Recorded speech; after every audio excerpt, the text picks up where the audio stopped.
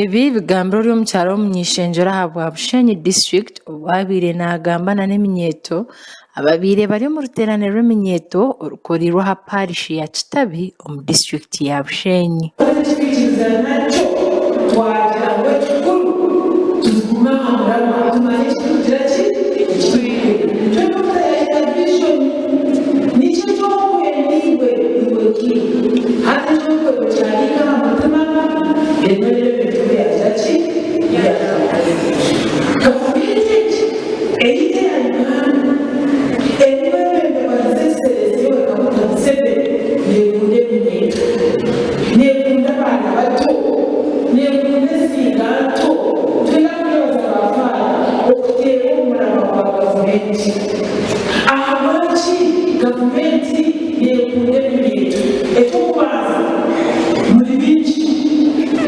Honorable Annette Katusiime yarangiriza eminyeeto okutiina Ruhanga hamwe n'abazaire baabo ngu ahabw'okuba nikyo kikuru omu nsi. If you want to be rich, if you want to be everything, nakweshengereza tiina Ruhanga. Okola kikwina? Wangi? Nitiine Ruhanga mumuheereze ekitiinisa. Kandi okutiina Ruhanga n'omuleka ebintu ebibi okakora Ruhanga kola ki? Mukola ki?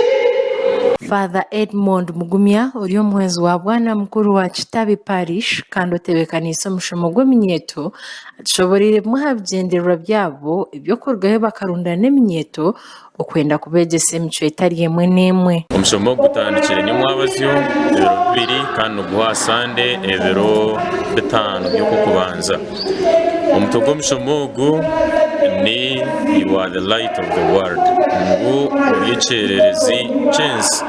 Twesire eminyeeto aha okwongera kubakwatamu, okwongera kubagunjura, okwongera kubanywanisa na Ruhanga, okubagaruza aha muramwa. Eminyeeto mingi eriyo netwarwa, eminyeeto mingi eriyo neeza omu bitokoza bwongo, eminyeeto mingi eriyo neruga aha muramwa nesiisikara.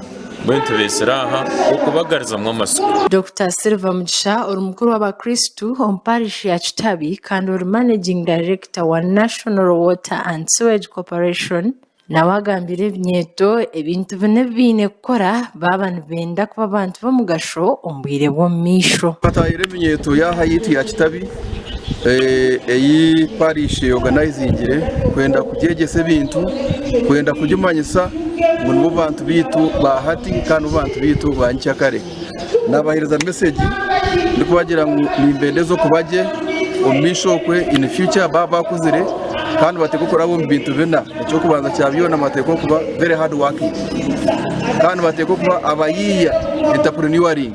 Eid Basajja Baraba nawe ashabira eminyeeto okuba beesigwa nikwo kusiima abakristu ahabw'okuba beesigwa na munonga omu mikoro yaabo ei bakuba bakozire. You have to be trustworthy people. You have to grow up and you know that being trustworthy is very important. If someone trusts you and gives you 10,000 shillings, that's an obligation. You have to honor. Umuntu atishaka kuuza senteze wakati watanani wazinyeleo wazinyeleo. It is very true and it has been there and we are the next category take over this generation. Amakuru agagasha kwa Olivia Nasasira wa Sky Television akenshonga omu Rushenyi.